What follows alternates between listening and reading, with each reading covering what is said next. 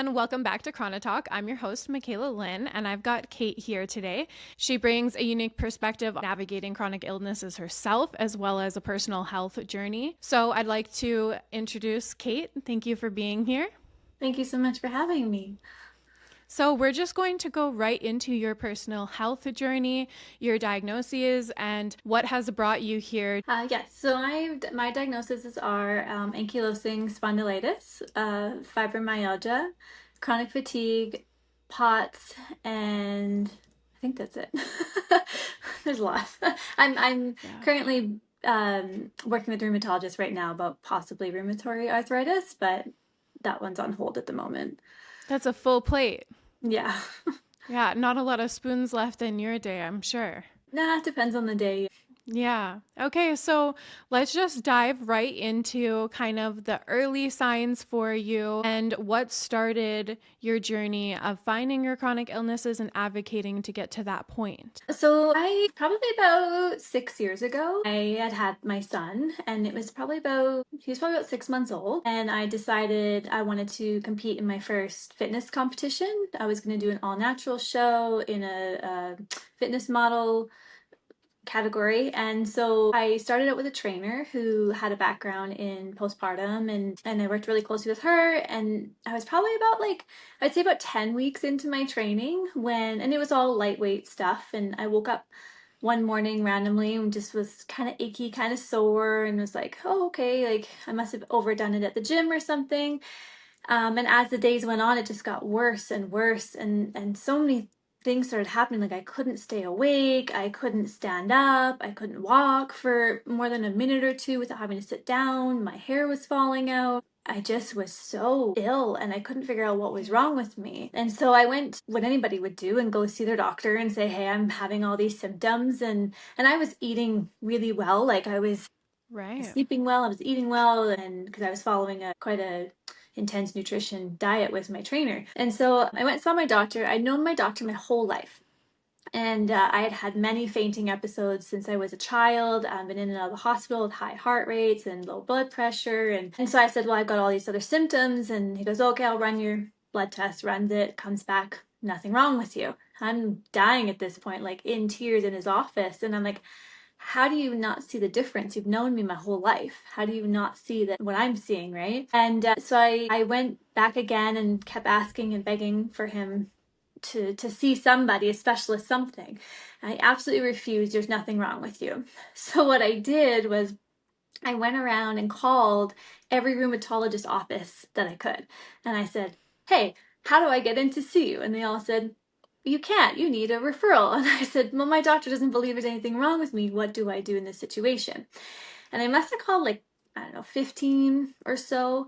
And I finally got a hold of this one lady, secretary, and she was my saving grace. I just broke down on the phone with her and I was like, I need help. There's something wrong with me. Nobody will listen to me. I know there's something wrong with me. And she goes, look, I'm going to give you a loophole that I'm not supposed to tell you. You need to go and you need to see a walk-in doctor. And so then I went to walk-in doctor after walk-in doctor, and well, we don't want to go against your doctor and what they've already said. And it took me quite a few until I finally found one lady who said, well, if you believe there's something wrong with you, I'll send the referral, because the worst case scenario, it comes back there's nothing wrong with you, right? Like, or best Yeah. case scenario, right? It comes back that way. And so she sent that off, and then I was able to get in to see a rheumatologist from there, and then went on to more testing and MRIs and bone scans and x-rays and blood testing and genetic testing and blah, blah, blah. And that's where the ankylosing, which is my primary, and then the fibromyalgia is the secondary. And then I was diagnosed with that. And then about 2 years later, I met an internal medicine doctor and I sent all my records over to him. And within a 10-minute conversation over Zoom, he was like, you have POTS, you have all this stuff. And it was like, what? So, which I'm glad I finally got that diagnosis, because I've been struggling with POTS since I was probably about 7 years old. Wow. And they were saying things like, oh, you're allergic to fluorescent lights, or, oh, you can't have caffeine, or, or she's just a child, like it's nothing, or. So Right. yeah, so that's how I was able to get into to get diagnosed. Yeah, so it's a long process to be able to get diagnosed. Like having to go to walk in clinics one after another is quite the process to just get a referral, which, like you said, really does no harm, does it? Like No. just send the referral, and if there's nothing, there's nothing. If there's something, there's something. Yeah, exactly. So, yeah, it was quite frustrating, but in the end, I just listened to my body and I knew there was something wrong and I just kept pushing for it of not saying like not taking no for an answer, right? Right. And so did you continue with your fitness journey then at that point, or did you put everything on a pause to take care of your health, or did you do both?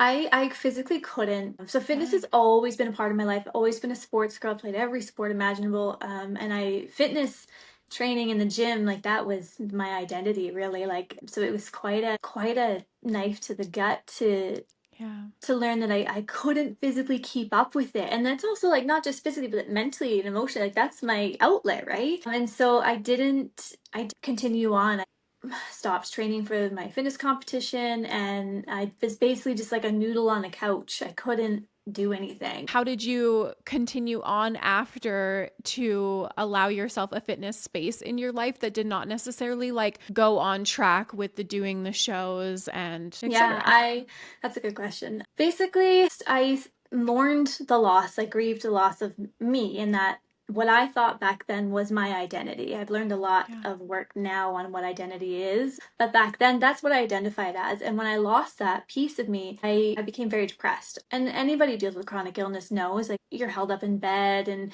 you can't do much. And when you do much, you're exhausted, so you're back in bed. And so it was a couple of years of like just being really depressed and really like feeling sorry for myself. And I remember I started walking. I was like, okay, I can build up walking. And I remember this pivotal moment where in my neighborhood, I would always go on the same route. It was very flat and I just walked. And I remember every day I'd walk past this giant hill and I'd be like, oh, I just want to climb up to that top of that hill and see what that view is because I know it's going to be gorgeous up there. But Yeah. every day I'd walk past, like, no, I can't do it. I can't do it. And then one day I was like, okay, I'm going to do it. I'm going to climb to the top of that hill. And I almost passed out doing it. Oh, But I got to the top and the view is just, it was spectacular. And I remember just like how much I missed that and how good it felt. And I really, in that moment, was like, I can't let this piece of me die. So I yeah. have to look at changing my mindset all around fitness. I'm a very competitive person. I like to do good and to challenge myself. And in that moment, I was like, okay, I have to do this. I just have to do it in a different way that looks different than what other people would normally do. So sometimes I go to the gym and I'm killing it. I can do a great workout and I feel great. And even afterwards, I feel great. Sometimes I go and I think I'm going to start a workout and I get there and I do, a couple of reps of something and I can't continue and I know I can't push myself. So it really just, it's a day by day situation for me. Sometimes I have to take a whole week off and I've had to really learn that that's okay. It's Yeah.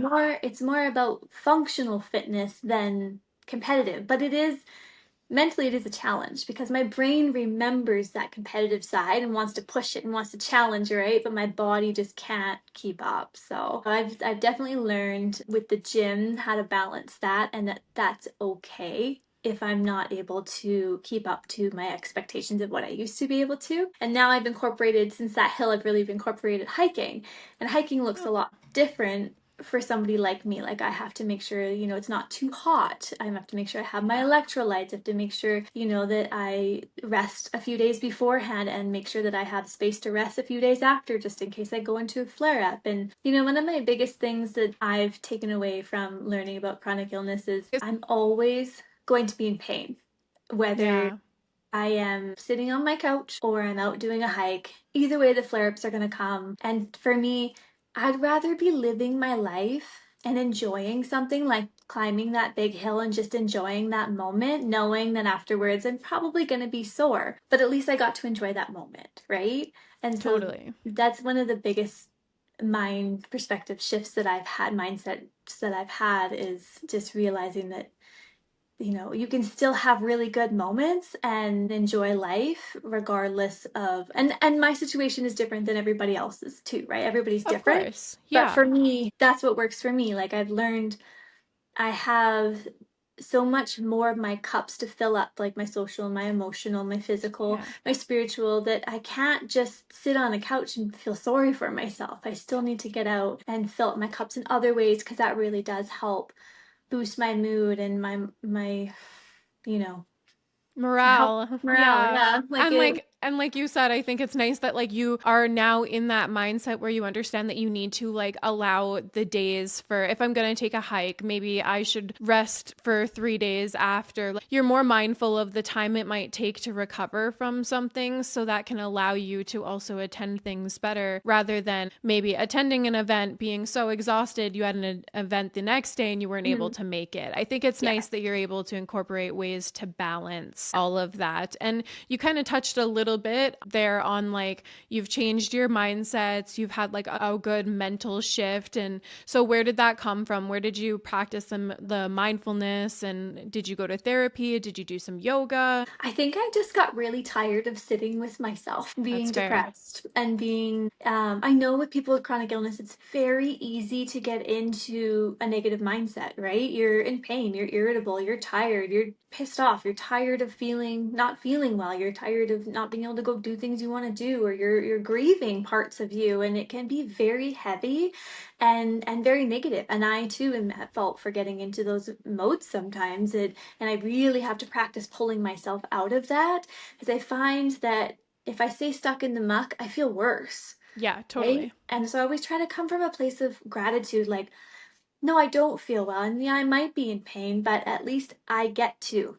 I get to go for a walk today. I Yeah. get to get out of bed today. I get to do these things, even if they're small. And I think really celebrating the small wins. When I started going back to the gym, I'm like, Yes. I made it through 3 reps of biceps Yeah, today, right? right? And I would really celebrate that because, the me, 3 years ago wouldn't have been able to even stand up and walk for more than 2 minutes, right? Totally.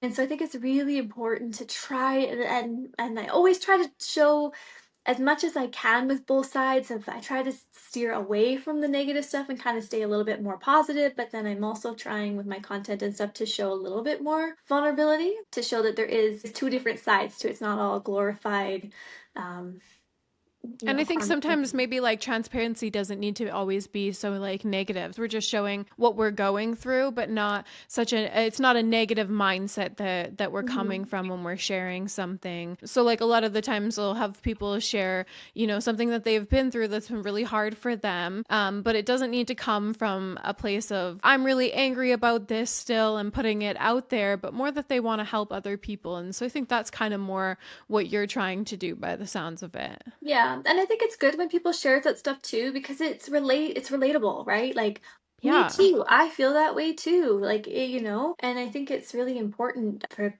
touching on community, right? Is it's really important to have those people that for the longest time I didn't know anybody who had chronic illnesses. I still don't know anybody who has my illnesses that I know personally with ankylosing, but people like with fibromyalgia and stuff, like I can really relate of like, yeah, I know what it's like, and it's so nice to have that validation, right? And those people that you can talk to about those things.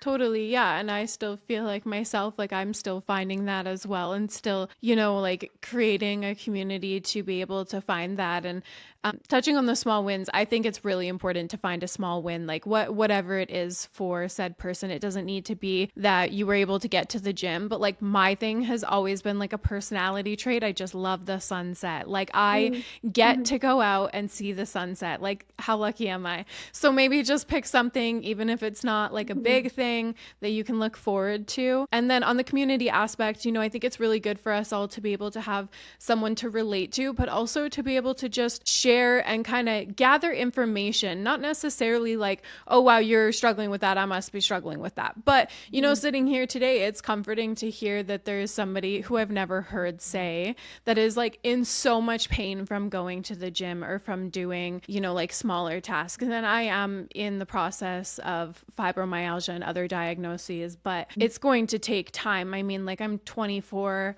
I've only just got diagnosed with the primary immune deficiency. I believe you're in Canada as well, right? Yeah. Yeah. So also have to go through the whole skipping doctors and doing the this, that, and the other thing just to be able to like get a blood test that I want. You know, Yeah. sometimes it's really hard. I'm thankful I'm at a point where I have a doctor who's like kind of listening, where you get to that one who's like passes the right referral off. But I feel Mhm. like sometimes when you get one diagnosis, they overlook that there could be anything else past that. It's hard too because there's so many symptoms that are so similar to other illnesses, right? And it's Yeah. very hard to differentiate sometimes between them. So, yeah, like, and especially being in Canada, when we started on the medical system. Yeah, I know it's really tough, honestly.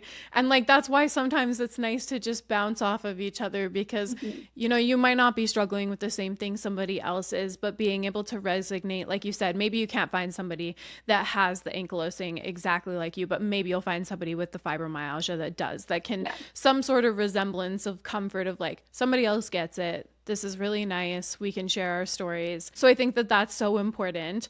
What else do you think that you did on the mental health aspect of things that kind of like got you through this? Did you have a really good support system? No, I did not. No? Thanks No, for the and honesty. yeah, I will. I'll be transparent. Everybody in my life didn't believe I was sick, except for my partner, who saw. Like it's a Of very course. vulnerable thing. And I always say, if you have the flu and you're throwing up at home, the outside world is not sitting there watching you to prove that you're throwing up. Yeah. You say you have the flu, they believe you have the flu. And so for my family, a lot of my family and friends, they didn't really see a lot of it. And I didn't really speak on it, to be fair, either. I didn't want to be a burden to other people. And I didn't want to be a negative Nelly that was always, complaining all the time. Like I could sit here and complain every day of like, oh, this hurts or that hurts. And I really worked hard of being able to speak up and say things now and to advocate for myself that way too. And so yeah, in the beginning, I really didn't have much of a support system, which makes it so much harder too, that if you don't have doctors believing you and your family's not really believing you, it can be very lonely. And I will say, just to touch back on the community piece too, that not only to relate on what we go through and our symptoms and things like that, but I think it's really powerful to have people to reach out to who can give advice, right? Or tips Yeah. and tricks. Like I didn't get in to see this internal medicine doctor until I met somebody else who had fibromyalgia, and that internal medicine doctor changed my life by diagnosing me with the proper things that now I'm Wow. able to go and make changes in my lifestyle and in my diet and stuff and in my medications that now I'm able to function better, and I wouldn't have had that opportunity if I hadn't spoken to that person. Totally. Same with somebody else who might be struggling with even getting into a rheumatologist, and hearing my story today might hear this might be a loophole then. If my doctor's not going to listen to me, maybe these are other avenues I can try. And one of the things I learned from somebody else in the community is, I thought when I got diagnosed, basically I had to learn the hard way that rheumatologists and specialists, they're there to diagnose you, and then they're there to treat you. 99% of the time it's with medication, right? Usually Yeah. these medications cause a lot of side effects and things like that. But I had to learn, like, once I got my diagnosis, I'm like, okay, so I'm diagnosed with this and I have my medication. Now what? I still don't feel better. What do I do? And so I'd make an appointment and say, well, what do I do now? And they go, take your medication. Medication not working, you need a higher dose? No, what do I do?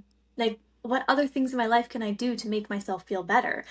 And I had to learn that you really have to learn to educate yourself and advocate for yourself. And so the one of the doctors that did the most help for me was actually a naturopath doctor. And he listened to me and he really helped me. I balanced my hormones. I did a gut cleanse. I did allergy, like food sensitivity testing and allergy testing, and like really worked on my diet. I really worked on my fitness routines. I really worked on my mental health around it. And just coming at the chronic illnesses from so many different angles. Like I've really dove into more spirituality stuff that's really uplifting me, and I'm still keeping the physical aspects and the social stuff with the community, and just really coming at it, fighting it from all different angles has really built me up now to the point where I'm not the same person I was 3 years ago. and I can do a lot more things that I couldn't do. So I think there's Yeah. definitely so many different angles to chronic illness than just you're sick, take your medication, right? Totally. Yeah. And that's nice that you were able to like touch on the, building a community is far past our stories. I agree because like I myself have many stories up until just this point of somebody off of a Facebook page told me to do X, Y, and Z and it led me Mhm. to here. And I think the amount that we can share with each other that just kind of helps us one step further, like a naturopath has been suggested to me probably 20 times over again. Mhm. The first thing I'll do when I can afford it will be a naturopath. It is amazing to hear stories like that where people are like, this is what worked for me, was being able to have someone sit down, listen to the whole case, Mhm. and be able to dissect it more at the, there's 10 things we're dealing with, 10 different areas, not just one with medication. So Yeah. I think that's really nice that you're able to look at it as a broader thing, not so I'm just going to take my medication and get better, because that might not be the fix. Yeah. And I found too, like rheumatologists or specialists would give me medication and then it would cause side effects because I do have such a sensitive Yeah. system, right? And nervous system and stuff. And so I would get these side effects and I get medication for those side effects. And then next thing you know, you're taking 5 or 6 different medications just Yeah. to function. And I don't believe in that. And I felt like it was making me sicker than instead of making me better. And I really value getting to the root cause. Like Yeah. what is causing this and what can we do to fix it versus here's some medication, what can we do to mask it, right? And I mean, we all know, like, if you've read anything about your gut, we all know, like, the gut, the mind, the body, it's all connected. So we should know where to start, I guess. But Hmm. from a medical perspective, where we start is medication. Sometimes we need to do a little bit of both, right? Because I know a Hmm. lot of people, we're not going to get through without our medication. There's many Yeah. that I'm on, many that I'm sure you're on, and the next Hmm. person's on that we need. But sometimes it gets piled with like 10 more on top that you didn't really need. Yeah. And I experienced that like young. Like I was probably like 16 when they started with like, 6 different migraine medications, and this one's for heart attacks and this one's for this, and it's all of it's for migraines too, Yeah. but take it. Well, then the side effects made me feel really crappy, and then my stomach hurts, and one thing leads to another. So it is better to find more of a root cause. And I think like allergy testing is something that a lot of people don't touch on very often. Like, I have a lot of my clients opening those conversations because a lot of people's like kids are experiencing a lot of allergies and they're like, Yeah. what's going on? I And they're had no starting to idea. do, yeah, and I they're had just no starting idea. to do more panels now where they're like, okay, you have this amount of allergies, let's reduce it and see what happens. And that's something that I haven't even fully been able to do with like every type of food. But I think that if we narrow down our food specifically, you can really get to a lot. Yeah, and I've noticed a huge difference in myself too. And even the hormone testing, like I was really struggling with my sleep and I went on some progesterone and I was a back when I first got diagnosed and I was first sick, I had so much anxiety around I was too scared to go out in public because I was scared I was gonna faint. Or I wouldn't go to the gym because I was scared I was gonna faint. I couldn't stand in a lineup because I couldn't stand for long periods of time. I was super embarrassed if I had to sit down, and I just created all this anxiety. And having my hormones balanced really eliminated that. And I didn't realize how much that was even affecting me until I was treated properly. So, and So it kind now of helps like mitigate some of those symptoms of like POTS and fibromyalgia and stuff is by balancing, you're saying more of the foods and the hormones and the lifestyle, and the then you're sleep, able, yep, sleep and yeah. mindset and I think too stress. I learned a lot about Yeah. stress and eliminating because it causes flare-ups too, right? It's all, it all affects us. And so yeah, I try to fight it from all angles that I can and it is a full-time job. 100%. Like I'm even when I'm at work, my full-time job, I'm listening to podcasts or audiobooks or this, that, or the other thing, whatever. And I'm listening to things about stress and the microbiomes of the gut and the things that I can try to, tackle more from a holistical or personal sense rather Yeah. than the medications or the doctor routes all the time, because we know that can get tiring. But I think a really good book is When the Body Says No by Gabor Mate. Gotta Mm. throw that out for anybody who hasn't haven't read it, it's a really good one. Anything by Yeah. Gabriel Mate is amazing. My oath to the world is that one day I aspire to have him here on the podcast. But I think everything that he says is just so smart sometimes. So I think when the body says no, when he tackles the stress component of it, it really outlines how much that actually affects our body, but how we're not realizing it. So Yeah. I think that's something to really dive into and realize what is going on in my life that could be contributing to this. And we know that stress isn't just causing everything for Yeah. everybody, but we know it can make it a lot worse. Yeah, totally. And that's like that was my whole goal going in with my chronic illnesses was like, how do I make this less hard? How to make it a Yeah. little bit easier on me? And it's been a 6 year journey. But I'm functioning so much more and better than I could have even imagined a few years ago. That's amazing. And you have a kid as well, right? I have two, yeah. You have two, yes. So being a mom on top is a whole other aspect. You want to share a little bit about that? How'd you navigate that? I always say I'm super grateful for having chronic illness. And I say that because it has humbled me and it's taught me a lot of empathy, but it's also taught my children a lot of empathy. So Aw, they're really understanding and they're really helpful and they know this isn't mom's not doing this on purpose, this is mom. Like if she's not feeling well, they're really kind to me. that's And sweet. I think in a sense of as they grow up, now that they've had this experience, when they meet somebody else with chronic illness, they're going to understand. They're going to have a level of understanding. They'll And meet them with so, compassion, right? Which is yeah, what and we want. tenderness and kindness and I would have never known or even stopped to have thought about what people go through who with chronic illnesses if I hadn't gone through this myself, right? And so I always I say I'm always say that too. grateful. Yeah, like and I'm grateful for it. Like it's taught me to slow down in life. It's taught me to be humble. Yeah, It's taught me empathy. It's taught me to really look at my health and, come from a place of gratitude and my mindset. Like it's really brought a lot to my life and I really do value it. It's a pain in the ass. It a sucks hundred sometimes, percent. right? Like it really sucks, but at the same time, like I like who it's turned me into. And so I'm very grateful for it. I love that. That's so sweet. I always say that as well. I think if, it doesn't happen to someone, they don't necessarily understand what could be going on in that person's life. And for myself, I think I experienced it as a young age because I grew up with an uncle that was a paraplegic. And so I Mhm. already had this understanding. And so kind of meeting people with a little bit more compassion, like your kids probably would. But Yeah. then when it happened to me, that was a whole other aspect that changed another level of my mindset.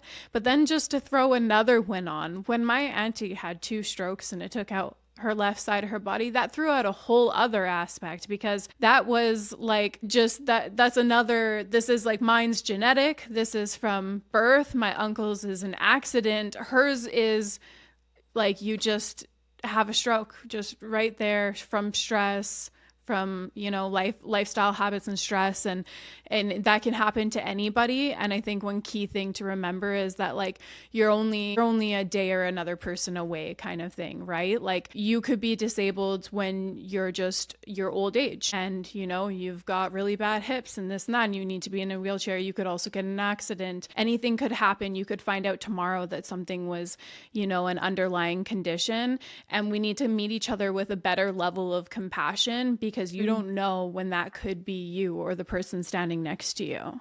Yeah, that's such a good point. And to add to that too, I think I don't judge people.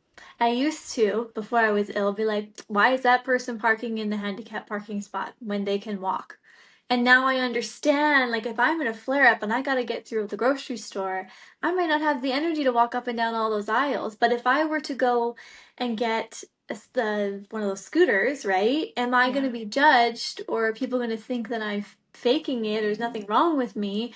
Because I don't have the energy. And I know if I'm going to walk through that entire grocery store, that I might go home and not have any energy left.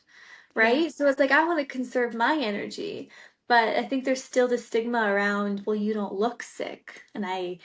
one of the Well, you worst will lines. look sick when you pass out on the ground because you didn't use the scooter, right? So, like, what do people want to see? A girl who they think doesn't have an issue, or a girl passed out on the floor because she does have an issue and you don't believe her, you know? Yeah. Yeah.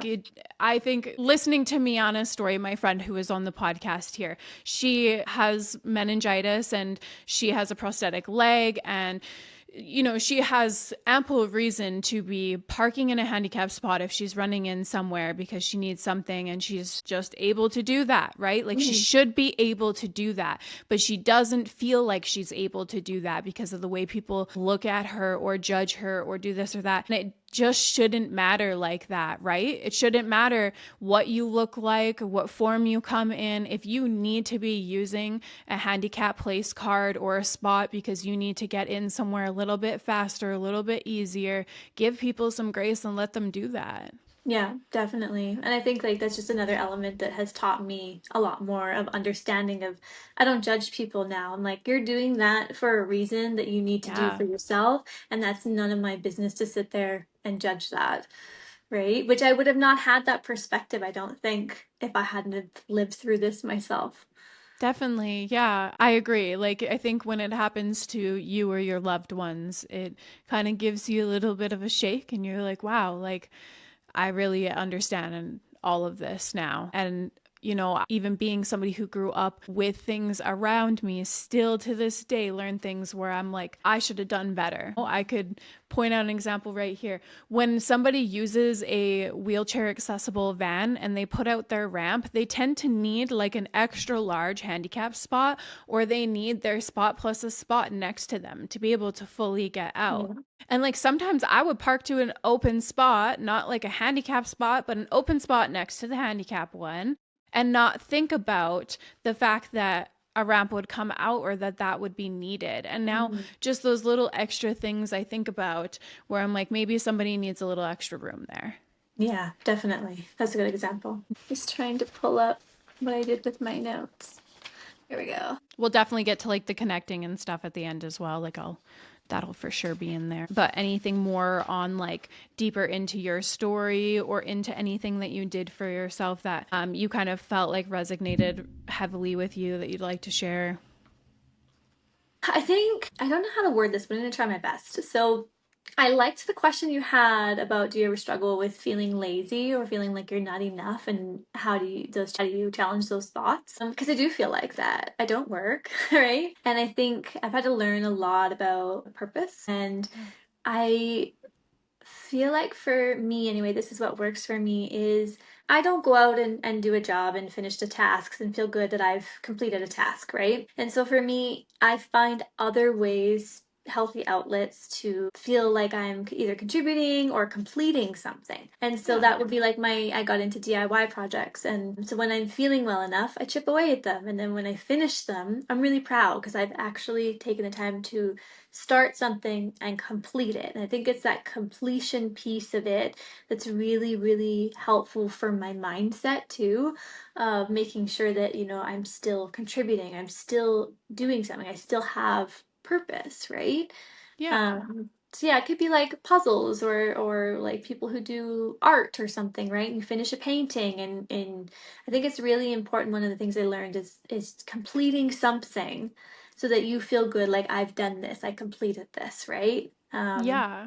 I It's think like that's what fulfilling. It's nice to feel fulfilled in a way that you've just accomplished something for yourself or for somebody else. I mean, you Mhm. could always make a loved one a gift and I feel like you'd feel equally good about it, right? Like if you get bored, there's lots of little things you could do where you could just like cheer somebody's day up or cheer Yeah. your own day up. Like we were walking in a little market today and we seen those little like crochet ones with messages and stuff. Mm-hmm. And like it was just the positive potato one. And my boyfriend, I guess, has never seen one. And he's like, that's so cute. And just like little things that people make like that can give them so much joy. And I always think about that when I'm going through little markets, like how much joy maybe it brought somebody or what they're going through that they like some of them are like, this is my full-time job or this is like my little thing I do. And I'm like, it's just so sweet that like that's your little hobby and like you've accomplished like making every one of these little pieces like handmade. I just love that portion of it. Yeah. So I think it's really important to like have things just that you can chip away at like that. Yeah, I think too, especially for people who are on like disability and stuff too, it's like you're helping that person because they're on Yeah, a fixed income, right? And so, buying that little potato, I mean, that's something that somebody can then go and buy extra with it that they might not have been yeah. able to, right? And I And do so yeah. see a lot of like wheelchair users at markets, even, or a lot of older folks. Like this gentleman, he was like in his late 80s, early 90s making birdhouses. And I just thought that Mhm. was so sweet because like you could tell that he had definitely some struggles going on, but his pride and joy in this life was making those little birdhouses And and that's part selling of that, them. yeah, and that's part of that completion thing, right? Is like that gives them purpose, like they're doing something, they're Yeah, contributing, right? And they're completing something. And I think that's so important, whatever it is for whomever it is. But I always think like if you have a chronic illness, you should find something that you can chip away at that makes you feel good and gives you that completion part of it. definitely, yeah. Especially when you are stuck at home, because, like they say, when you retire and you're stuck at home, that if you don't have that like Mhm. completion part of things going on, where you're like, you've got hobby project or you're having this little side job or something, that you start to deteriorate a little bit faster. And I think that can be kind of the same in a chronic illness and disability sense of when you feel like you're stuck and then you just roll with like the negative mindset and you feel even more stuck. Yeah, totally. It can definitely spiral. You asked the question, have you ever walked away from a provider who wasn't listening? Yes, I just read that one. I was like, that's actually a good one. I have a really good story, actually. Okay, I'm so going to be how careful that I don't out anybody or any, so might have to edit a little bit out. okay, But I can always bleep something if you make a okay. mistake. um, um, I'll just read it out so that I can like edit this part back in. okay.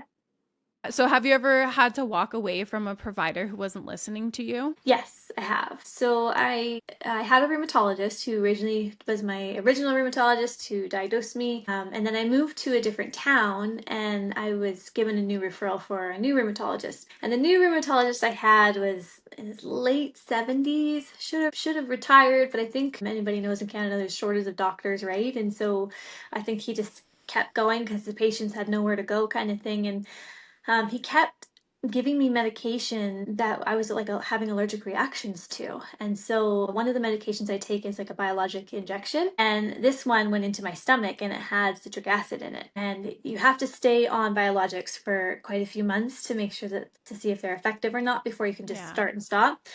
And so this poor nurse, every time I went to see her, every other week I'd see her, and she would cry and I would cry because it hurt. It would take like 10 minutes just to get this little tiny bit of fluid, of needle into me. And I kept calling the rheumatologist and saying like, this is hurting me and this is not working and I'm getting all these welts. I'm having this reaction and it's hurting me. Like it's stinging to the point where I'm crying and the nurse feels bad. So she's crying.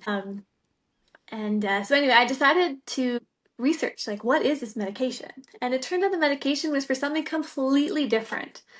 And so I called him out on that. And he was like, "Oh, well, just you stay on it still." And he was just like, he didn't speak good English, and I couldn't understand him. And we just kept arguing about it. Like I was like, "I'm not going to take a medication that's not for me. I don't feel comfortable taking." And he's like, "Well, this is the Yeah. only medication I'm going to give you," kind of attitude. And so once again, I got on the phone and I called every rheumatologist I could find, and they would set up appointments, and I'd have to go through the nurse and get screening, and then I would talk to the rheumatologist, and it's a process, right? It takes time, and so I Yeah. would I would get in with the rheumatologist, and I'd be like, please accept me as a patient. This rheumatologist is not treating me well and is messing up my medications and giving me wrong medications. This rheumatologist also got flagged at the pharmacy for giving me wrong amounts of like, yeah, of medication, and just it was scary and I was scared, Yeah. and so every rheumatologist goes, we're not going to go against another rheumatologist, we're not going to go against them, right? And Yep. I was like, oh, there's waste so much time waiting to get in to talk to these people. And so the last rheumatologist I talked to, he actually specialized in ankylosing. And so I was like, please, like for the love of God, just please take me. And I started crying. I was like begging. He's like, yeah, I'm going to take you, don't worry. And I was like, I didn't have to do the theatrics, but it just so happened that he specialized it in ankylosing, or I don't think I would have gotten in to see him. Wow. So Yeah. So you had a few little saving grace moments in there, little snuck in moments where it was like one thing in, you're like, okay, finally one more step, and then battle again. You got one more step completed. Like it's quite a journey to try, at least for sure we know in Canada. But from what I hear, also in the States, more on the insurance side, but it's quite a mhm. battle to get your diagnosis or to get your medication. And to get the right medications and just the right Also quality of that. care, right? And so I think one of the things I've really learned is advocate for yourself. Don't take no for an Yes. answer. And I don't know if this is the same for you, but every time I see a different doctor, they all have a different opinion. This I is not mean, what's wrong with you. This is what's wrong with for you, the you most know? part, they kind of want to like start from scratch and like Mhm. figure it out all by themselves almost. And I'm like, yeah, well, so we already did all of that. Where are we Mhm. now? And they're like, yeah, well, I don't agree with that. I'm going to do this. And I'm like, okay.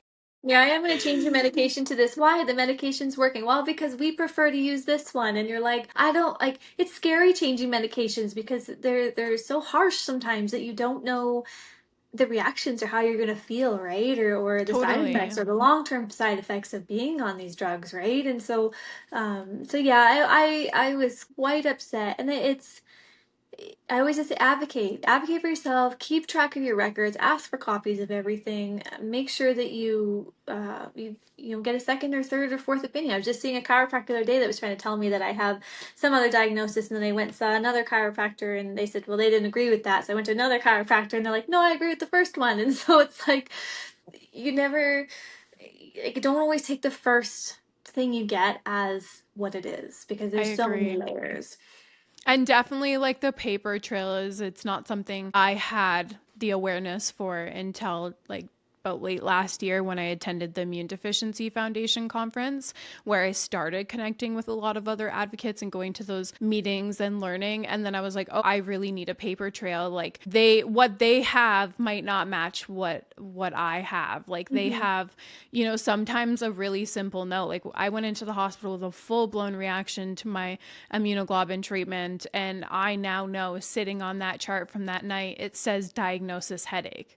Well, that's Mhm. not true. So, like, you need to have a paper trail. I should have left the hospital that night with a paper Mhm. saying she came here for this, or she stated she came here for this. Anything Yeah. that proves why you're there, what you're doing, because sometimes it will take 10 steps before you get to that saving grace. Yeah, I agree. And it's what's my train of thought? It's too if you go in there and you don't have a paper trail, they're not going to take your word for it, Nope.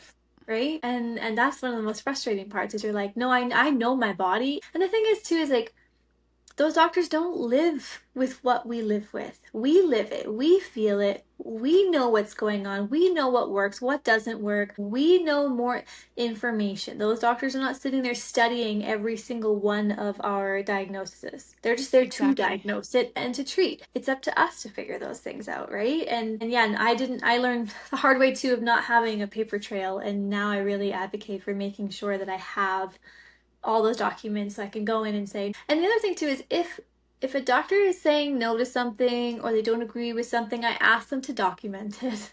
I want I to see do it. too now. Yeah. Yeah. Like if you're I like saying no to this, I want you to write it down so that there's a trail. So if I go to another doctor and they say that they've seen that you said no to this, right? This is yeah, holding them accountable. I agree. I hold them accountable. Like when I was at the hospital that night and I was like, I think that it could be this, and he said, "I don't think that." I was like, "Okay, cool. Can you just write down that I asked for this specific test because I thought it was specifically this? And if you don't do that, it's fine. I'm just going to walk out here with at least a note on there that says I tried, because the next doctor will see that I tried versus all those years where I didn't document anything, all the throat infections, all the infections, everything.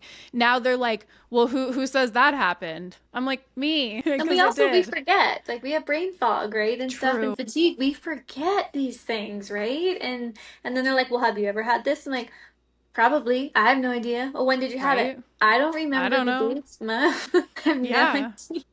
And we touched on medical trauma in the last episode, but I think like also you can get a portion of brain fog with medical trauma as well and start blocking things out. I've I've had experienced moments of so that. yeah, yeah. And it's like it comes down to doctors not believing you. Like Yeah.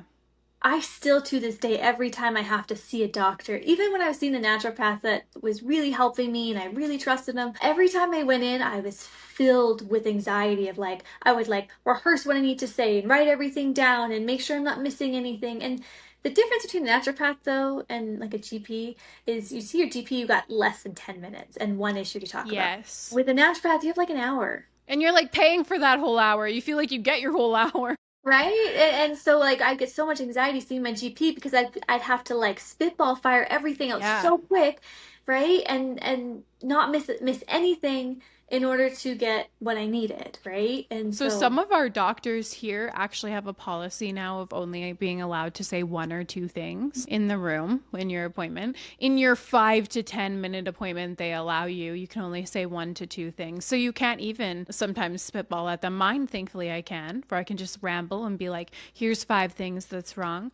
But that last doctor I was seeing, it was a maximum of 2 things that you could let him know. and you can't even go into explaining it like, well, I faint all the time because I have low blood pressure. Well, how long have you been fainting? Well, I started fainting back in the day and da da da da da, right? And like they don't want the backstory. They're like, what medication do you need so I can write this prescription so you can leave my Yep. office? So they That's can all get they out of care. there. Yep. Yeah, that's it. You're just in and out. And I feel like from what I have spoken to so far with some of the guests from the States is that theirs is almost from like an insurance side. So ours is almost like a lack of funding in our healthcare system where they just can't allow the system enough for what we're demanding. But on Mhm. their end, it almost seems like it's the push from the insurance companies, you know? Not that we Mhm. don't deal with a huge like money portion here, but there it's like even our treatments, like they're like the insurance companies are like fighting for people to pick them. Mhm. And here it's like just an insurance company offers us one. Yeah. So a huge difference in I guess our medical systems in general, but how ours handles like the pressure too. I find it is so ass backwards, our medical system. Like Yeah. the people who are on disability, right, or lower income, or a lot of people who are sick who are not on disability, they don't work. And they're Yeah. trying to get on disability, right? They're the people that need these resources more. And yet they make it so hard to attain. It's so Totally. expensive. It's hard to get benefits. It's hard to get coverage, right? Even for me, with my biologic injections, I mean, my injections cost anywhere from $12,000 to $20,000 a year, Yeah. right?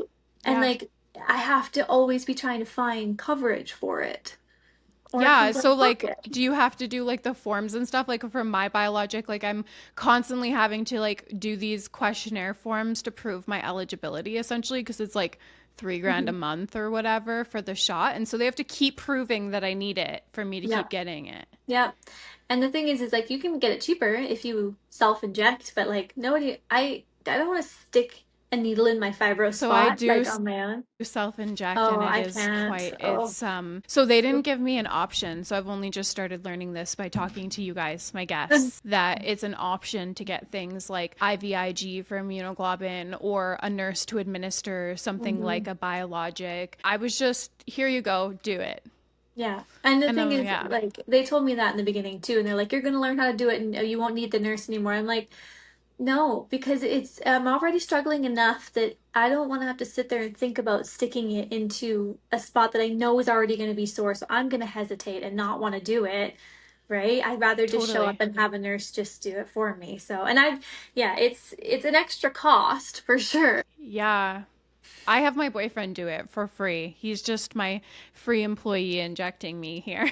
You're so lucky. I know. I just when I started doing it, it was really hard for me to get a biologic to go like straight in Mm. because the subcutaneous needles like I'm able to do on my thighs and stuff, but the other ones I can't see, right? So I had to task somebody to do it. And I know that there was like the process of now doing the nurses, but then I didn't know that. So I was stuck. I find the hard part too for like pain management and stuff is I'll go in and be like, I'm having so many flare-ups. They're like, well, there's nothing we can really give you because it's only gonna get worse as you get older.